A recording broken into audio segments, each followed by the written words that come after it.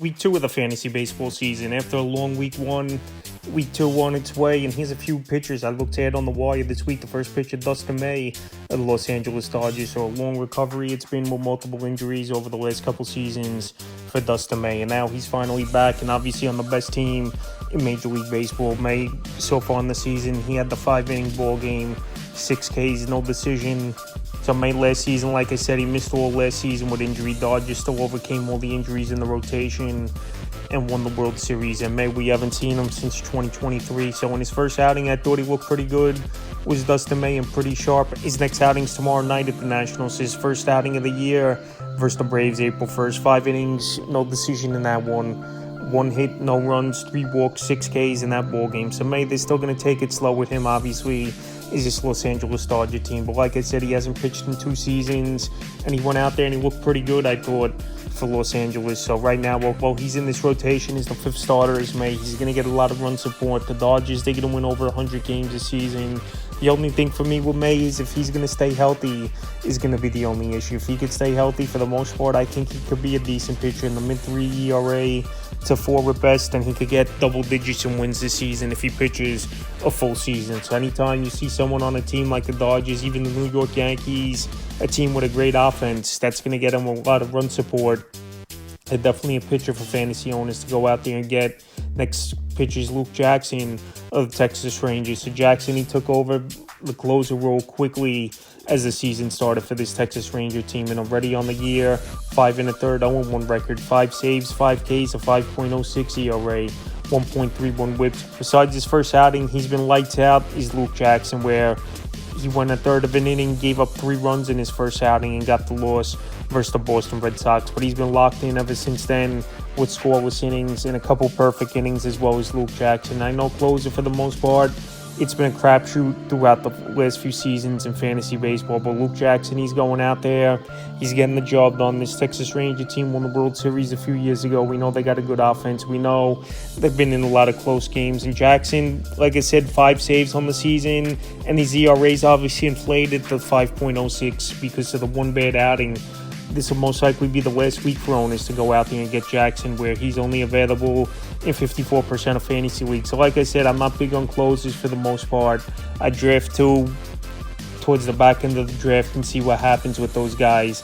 But they're not really priorities for me in most fantasy leagues. But right now, Luke Jackson's playing good baseball and definitely a pitcher to pick up this week. Next pitcher, Chris Bassitt of the Toronto Blue Jays. Bassitt, we know over the last few seasons, he's been an innings eater, and he goes deep into games, and his ERA has been anywhere from the mid-3s to low 4s, and last season, 10-14, he was with a 4.16, and he pitched 171 innings. So like I said, he eats innings as Chris Bassitt, and so far, he's off to a great start on the early season, available in 58% of leagues on the year, 12 2/3, 1-0 record, 16 Ks, a 0.71 ERA, a 1.11 whip, and 2 quality starts. So Bassitt, like I said, he's got good stuff. He's a pitcher that goes deep into games. I know he's in a very tough division in the AL East, especially with the New York Yankees once again off to a monster start. But Bassitt's gone out there in his first 2 outings, and he's really looked good and gone deep into games. March 30th versus the O's, 6 innings, got the win.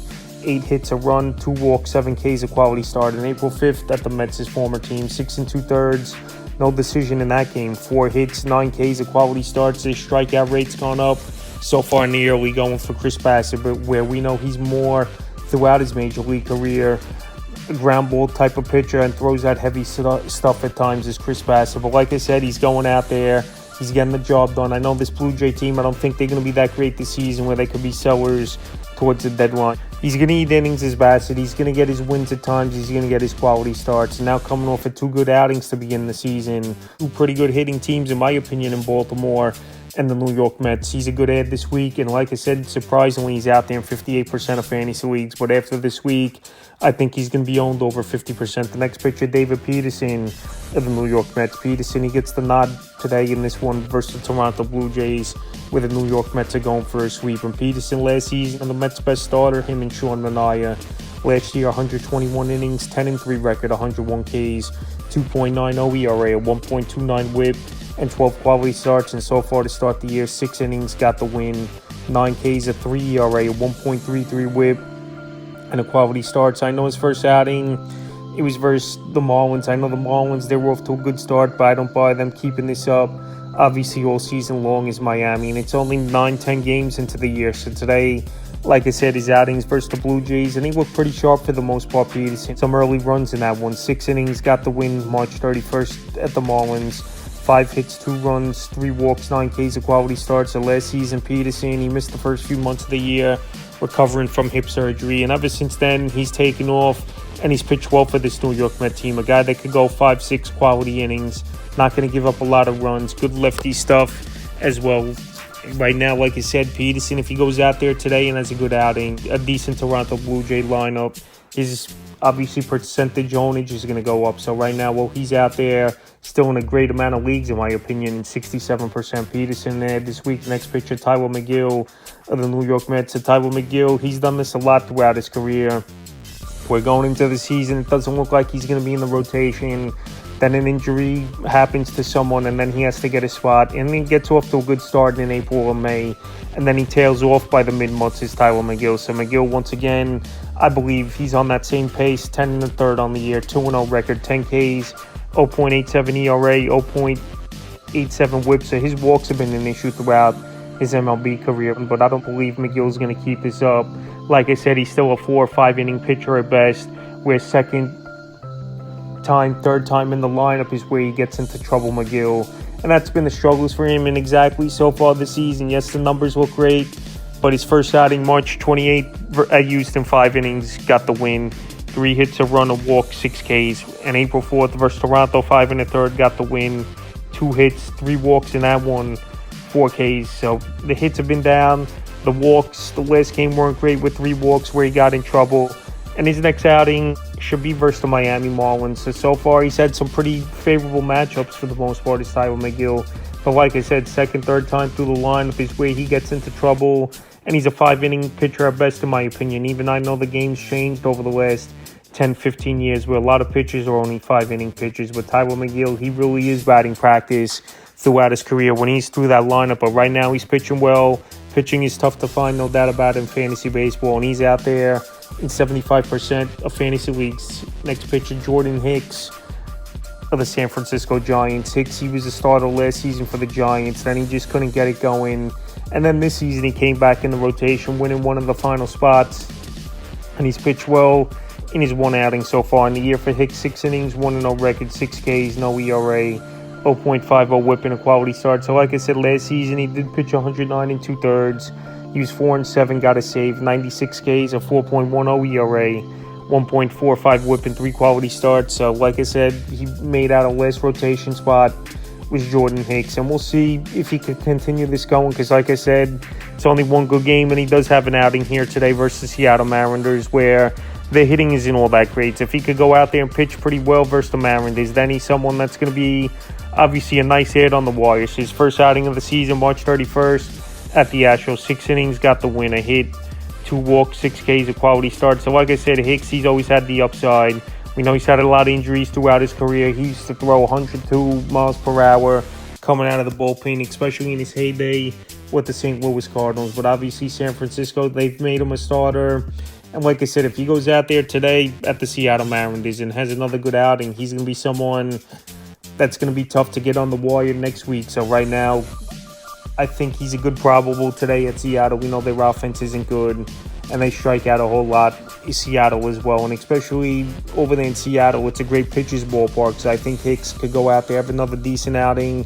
And like I said, his ownage is going to jump up even more if he pitches well tonight. Next pitcher, Casey Mize of the Detroit Tigers. One of their former top prospects a few years ago was Mize. And last year, he dealt with injuries the majority of the season.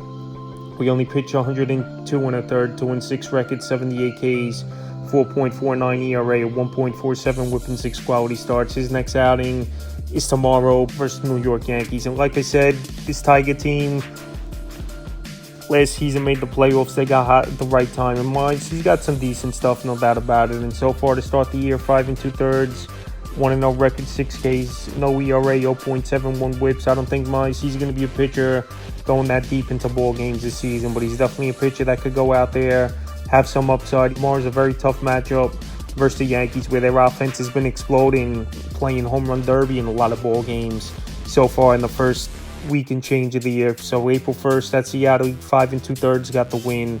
A hit, 3 walks, 6 Ks. So like I said, Detroit, it's a good pitcher's park this time of the year, early in the season, especially with bad cold weather out there. It obviously favors the pitchers unless they really can't get a grip on the baseball. But like I said, it's going to be a tough outing versus the Yankees. They're hitting home runs all over the place in New York, and obviously the weather pretty similar to Detroit this time of year for the most part, even though it's a little bit colder in Detroit. But like I said, if he can pass the test of this Yankee lineup in tomorrow's ball game, he's going to be a big pickup on the waiver wire, and his ownage is going to go up. So right now, well, he's out there in 80% of fantasy leagues, and if you want to take the chance in a matchup versus New York Yankees, or even just pick him up, and if you're worried about playing him, you could have him stashed on the benches, Mize.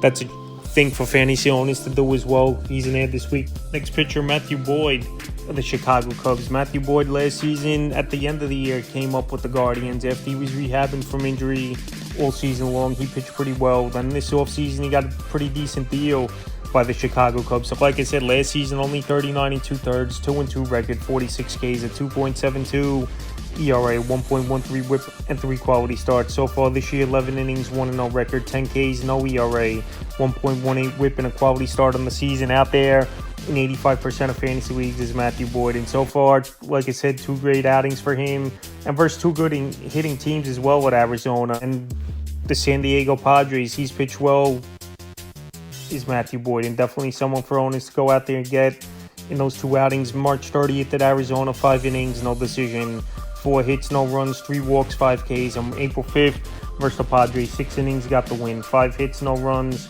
a walk, 5 Ks, a quality start. So far 2 outings, no runs given up for Matthew Boyd. He's looked good. Obviously, I don't believe he's going to be a pitcher that's going to go 6 innings a lot, more of a 5-inning pitcher. And like I said, obviously the game's changed, and a lot of pitchers are only 5-inning pitchers, where third time in the versus a lineup, or even second time in the back end of that, pitchers get into trouble and start getting hit, and hitters figure them out. But like I said, Matthew Boyd, last season he pitched well in a small sample size for the Guardians. This offseason, he got a good deal by this Cub team for a guy, obviously, who hasn't pitched much over the last few seasons. And so far, he's off to a good start. So right now, well, he's pitching good.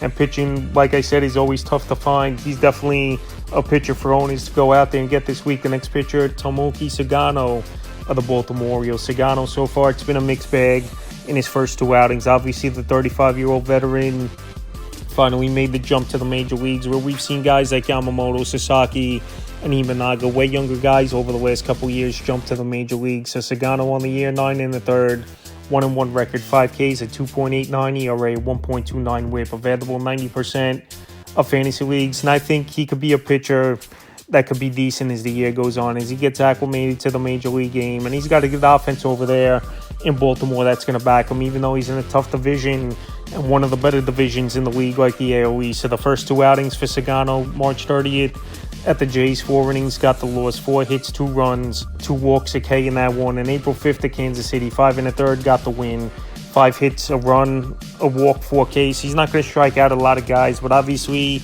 he's got tricky stuff as Sagano, where he's going to get good ground ball rate. He's got a rubber arm as well, where he could go deeper into the games as he figures out the major league game as well. And like I said, anytime you got a good offense like Baltimore, there's going to be games like we saw in the last one where they got off to an early start, and he could go out there stress-free for the most part with a big lead and pitch well. So I think Sagano, like I said, as the season goes on, he's going to get better out there in 90% of fantasy leagues. And anytime you've been a crafty pitcher, even if it's been in Japan and now coming over to the major leagues, you're going to find ways and adjust, and I think that's going to be the thing for Sagano.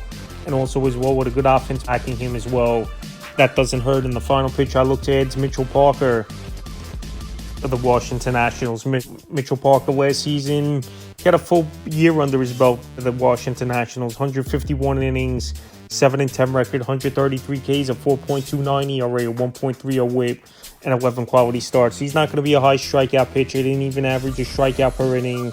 And so far this season for Parker, 12 1/3, 2-0 record, 7 Ks, 0.73 ERA, 1.22 whip, and 2 quality starts out there in 93% of fantasy leagues. If he goes out there another outing he's going to be someone owned pretty much everywhere as Parker, and it's going to be tough for fantasy owners to go out there and add him. So definitely someone to keep an eye on in 12-team leagues or deeper right now. I know he's in a tough division in the NL East with the Philadelphia Phillies, New York Mets. I know the Braves are 1-8, but I believe they're going to get things going. Too talented of an offense not to. And also as well, he's on a national team that's obviously up and coming, but I just don't think they're there yet, especially in the division like I mentioned with some of those teams. March 30th versus the Phillies, 6 1/3, got the win, 7 hits, no runs, 2 walks, 5 Ks, a quality start. And April 5th versus the D-backs, 6 innings, got the win, 2 hits, a run, 4 walks, 2 Ks. So the walks almost did him in the last game. Obviously, versus 2 good hitting teams, he went out there, Parker, and he got the job done. The Phillies and the Arizona Diamondbacks. So Parker pitching good baseball. Last season, he was a good innings eater for the most part.